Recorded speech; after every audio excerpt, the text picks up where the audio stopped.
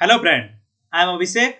आज हम बात करेंगे मॉडर्न इंडियन हिस्ट्री के और एक टॉपिक के ऊपर जो कि एग्जाम पॉइंट ऑफ व्यू में बहुत इंपॉर्टेंट है और स्टेट पीसीएस, यूपीएससी इन सब एग्जाम के पॉइंट ऑफ व्यू में भी ये एक क्वेश्चन आता ही रहता है। आज हम बात करेंगे द राउलाट एक्ट के बारे में। द राउलाट एक्ट है क्या? पहले जैसे कि हम बात करेंगे राउलाट एक्ट के बारे में, उसके बैकग्राउंड के बारे में जानेंगे। राउलाट एक्ट आया था कब? जैसे कि हम देखते हैं ये आया था 1919 में। ये आया क्यों था? जैसे कि आप सब जानते हैं कि फर्स्ट वर्ल्ड वॉर 1914 से 1918 तक चला था। Before the 6 months Montagu Chelmsford नाम का एक जो बोलते हैं कि हमारा बिल्स इंट्रोड्यूस हुआ था, उसके 6 महीने के बाद राउलाट एक्ट लाया गया। ये मॉन्टेगू चेम्सफोर्ड क्या है और राउलाट एक्ट क्या है? जो आया मॉन्टेगू रिफॉर्म्स में, जो एक मॉन्टेगू रिफॉर्म्स ये था कि 2 बिल को इंट्रोड्यूस किया गया। क्या क्या बिल था उस वक्त पे? जैसे कि आज के डेट में हम जानते हैं कि हमारा सेंट्रल सेक्रेटेरिएट जो कि है हमारा पार्लियामेंट को राज्यसभा एंड लोकसभा राष्ट्रपति के द्वारा उस वक्त पे जब बिल इंट्रोड्यूस किया जाता था, इंपेरियल लेजिस्लेटिव काउंसिल में ये बिल पास होता था। तो ये जो बोलते हैं कि उस वक्त पे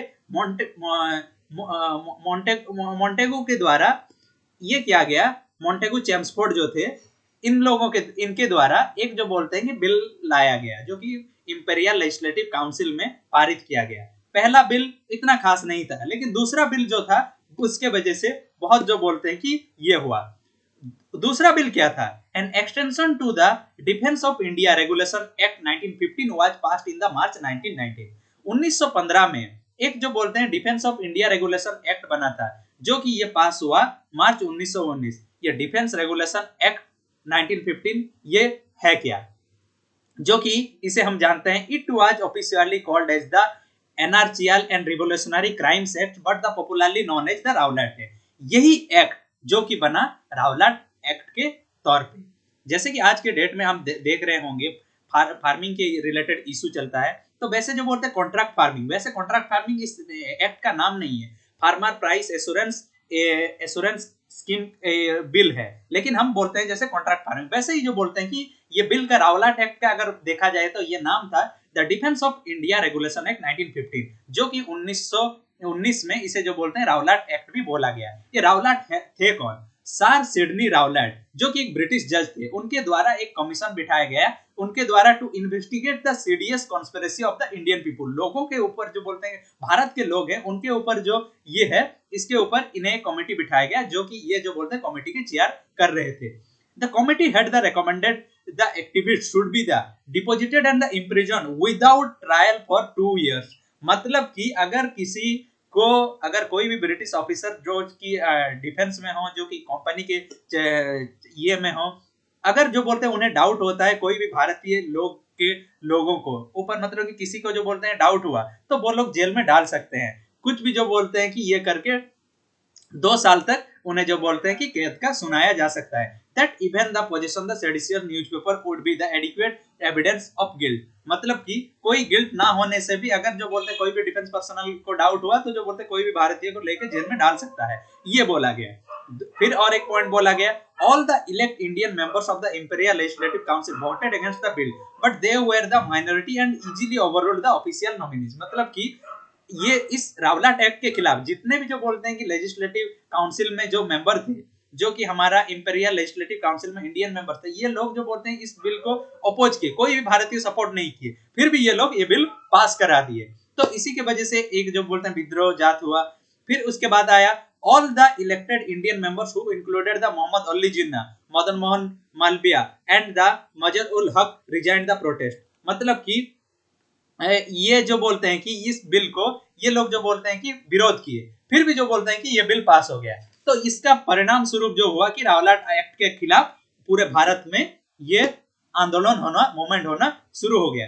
the act allowed the political activities to be tried without jury और इवन इम्प्रीमेंट विदाउट ट्रायल। मतलब कि कोई भी पॉलिटिकल एक्टिविटी को, कोई भी एक डिफेंस पर ब्रिटिशर्स जो हैं वो जेल में डाल सकते हैं बिना ट्रायल के खिलाफ, बिना जूरी के खिलाफ। मतलब कि वो अगर उन्हें अगर डाउट लगा तो जेल में डाल दो। ये कोई भी जो बोलते हैं कि जुडिशियरी प्रोसेस नहीं होगा, इसके तहत किया गया डाउट के आधार में। मतलब कि it allowed the effect all Indians without warrant on the mayor suspicious of treason, मतलब कि विदाउट वारंट इशू किया जाकर उसे जो बोलते हैं जेल में डाला जा सकता है। मोटा मोटी तौर पे अगर बात किया जाए तो इस बिल में ये बोला गया कि हम किसी भी इंडियंस को एक डाउट के आधार पे, कोई पॉलिटिकल हो ये हो, उसे हम जो बोलते हैं जेल में ये कर सकते हैं। उसका जो बोलते हैं जुडिशियरी पावर को जो बोलते हैं कि है ही नहीं। Special cell consisting of the 3 high court judges was to try the such suspect, there was no court appeal above the panel। इस तीन हाई जो special cells consisting of the 3 high court जजेस, 3 हाई कोर्ट जजेस होंगे, was to try the such suspect, जो कि जो बोलते हैं कि कोई एक अपर लेवल में जो सस्पेक्ट्स होंगे, there was no court appeal above the panel, मतलब कि 3 जजों का बेंच बिठाया जाएगा, उसके बाद जो बोलते हैं कोई कोर्ट अपील होगा ही नहीं, ये जो बोलते हैं फाइनल था। This panel could even accept the evidence not acceptable under the Indian Evidence Act. The Indian Evidence Act, जैसे कि 1872 आज भी हमारे भारत में द इंडियन एविडेंस एक्ट चलता है। The law, the habeas corpus, the basics of the civil liberty was out to be the suspended। Arnab Goswami के case में आप जानते होंगे, जो कि हैबियस कॉर्पस के बारे में बहुत न्यूज में आता है। हैबियस कॉर्पस जो कि है हमारा रीट का एक पार्ट है, जो कि रीट का जो 5 भाग में से एक भाग है हैबियस कॉर्पस, जो कि हम रीट फाइल करते हैं सुप्रीम कोर्ट में 32 आर्टिकल 32 के तहत, और हमारा हाई कोर्ट में रहता है आर्टिकल 226 के तहत, जो कि मैं अपने पॉलिटी के वीडियो में बना चुका हूं, आप ये देख लीजिएगा। ये रहा कि government was to replace regressive provision of the war time Defence of the India Act 1915 by the permanent law. इस परमानेंट लॉ के तहत ये किया गया कि ये उस वक्त पे कि ये जो हमारा जो रावलाट एक्ट था, कि ये इसीलिए लाया गया था कि जो बोलते हमें शक के हिसाब से अगर इन्हें हम जेल में डाल सकते हैं, क्योंकि वर्ल्ड वार खत्म हुआ था उस वक्त पे, ये नहीं था, तो इसी की वजह से ये किया गया। तो मोटा मोटी तौर पे इसी के वजह से ये पूरे भारत में देखा जाए तो जो बोलते हैं एक मूवमेंट का रूप लिया था। There was strict control over the press and the government was armed with the variety of powers to deal the anything authority choose to the consider the terrorism revolutionary tactics, मतलब कि कोई भी revolutionary, जैसे कि कोई आंदोलन कर नहीं सकता, कि जो बोलते हैं कि जो प्रेस के ऊपर पूरा कंट्रोल कर दिया गया, प्रेस जो बोलते हैं अपने मर्जी में ब्रिटिश गवर्नमेंट के खिलाफ लिख नहीं सकता, इसी के वजह से जो बोलते हैं कि ये किया गया, और आर्म फोर्स को बहुत स्ट्रेंथन कर दिया गया। तो इसी के वजह से जो बोलते हैं पूरा मूवमेंट हुआ था, जो कि रावलाट एक्ट के विरोध में बाद में जालियानवाला बाग भी हुआ। तो ये था पूरा टोटल रावलाट एक्ट के बारे में। ये आया था कब? 1919 में। ये बहुत सारे एग्जाम में पूछा भी जा चुका है, और इसका ये था पूरा डिटेल्स। Thank you.